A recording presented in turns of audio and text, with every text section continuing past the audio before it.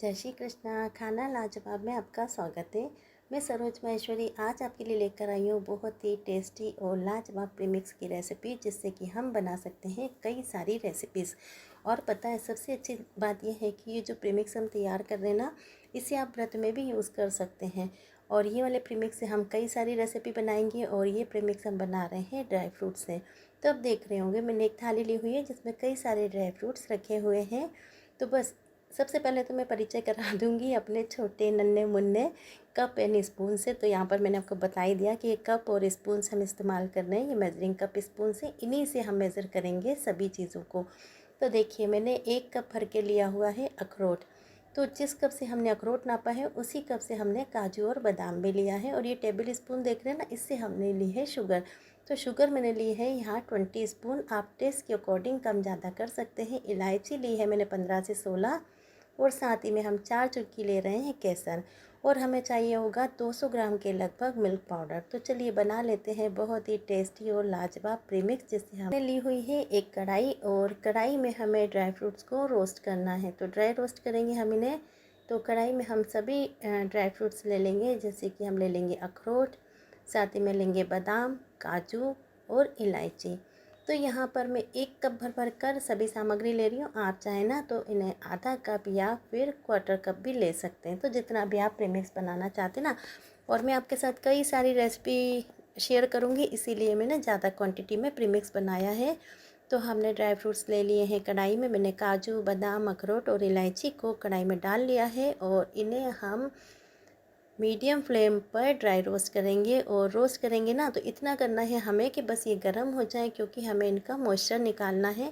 ये देखिए, यहाँ पर एक अखरोट आया है जिसे मैं तोड़कर बता रही हूँ। इसमें आप देखेंगे ना, ये कुछ सूखा हुआ सा कचरा टाइप लग रहा है, उसे हम निकाल देंगे। तो एक बार सभी ड्राई फ्रूट्स को आप चेक कर लें। उसके बाद इन्हें चलाते हुए लो फ्लेम पर या मीडियम फ्लेम पर आप इन्हें ड्राई रोस्ट कर सकते हैं। और यहाँ फिर से बताना चाहूँगी कि हमें इनका कलर चेंज नहीं करना, हमें इन्हें बस गर्म होने तक ही रोस्ट करना है, जिससे कि इनका मॉइस्चर निकल जाए।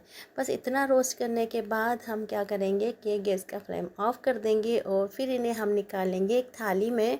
और थाली में निकालने के बाद इन्हें हम फैला देंगे, जिससे कि अच्छे से ठंडे हो जाएं। जब ये ठंडे हो जाएंगे तब हम आगे का प्रोसेस करेंगे। तो देखिए, मैंने इन्हें थाली में अच्छी तरह से फैला दिया है और रूम टेम्परेचर पर ही रख दिया है, जिससे कि आराम से ठंडे होते रहेंगे। जब ये ठंडे हो जाएंगे उसके बाद हम क्या करेंगे कि हम इन्हें ग्राइंड करेंगे।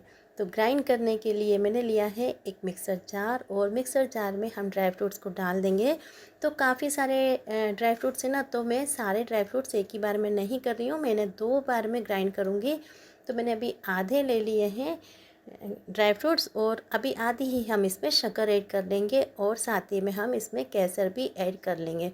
तो मैंने 4 चुटकी केसर लिए, तो 2 चुटकी केसर हम इसमें डाल देंगे। और उसके बाद इन्हें हम आधे ड्राई फ्रूट्स डाले हैं और आधी ही मैं शक्कर ऐड कर रही हूँ। और इसके बाद इन्हें हम ग्राइंड कर लेंगे। तो ग्राइंड करने के लिए हम इसका कैप बंद करेंगे और सभी सामग्री को ग्राइंड कर लेंगे। और इसी तरह से हम दूसरा बैच भी ग्राइंड करेंगे। तो मैंने एक बैच को ग्राइंड करके और मिक्सचर को निकाल दिया है एक थाली में। और अब दोबारा से ले लिया है मैंने सभी ड्राई फ्रूट जो बचे हुए थे, और साथ में हम ले लेंगे शक्कर और ले लेंगे केसर। हाँ, या मैं बताना चाहूँगी कि मैंने जो पहला बैच लिया था ना, तो मैं उसमें केसर डालना भूल गई। लेकिन जैसे ही मैं जार को मिक्सर के पास लेकर पहुँची, मुझे याद आ गया, तो मैंने तुरंत से ही इसमें केसर डाल दिया। तो हम यहाँ 4 चुटकी केसर ले रहे हैं। 2 चुटकी केसर हमने पहले ऐड किया और 2 चुटकी केसर बाद में। लेकिन मैं मिक्सर के पास पहुंच गई थी, तो फिर मैंने जल्दी से केसर डाल करके उसे ग्राइंड कर लिया। आपके साथ मैं बता नहीं पाई, तो मैंने अभी बता दिया है। तो इसे भी हम ग्राइंड कर लेंगे। तो मैंने सेकंड बैच को भी ग्राइंड कर लिया है। और अब देखेंगे जो मिक्सचर है ना, हमने उसे बिल्कुल फ़ाइन पाउडर नहीं बनाया, हल्का सा दरदरा रखा है।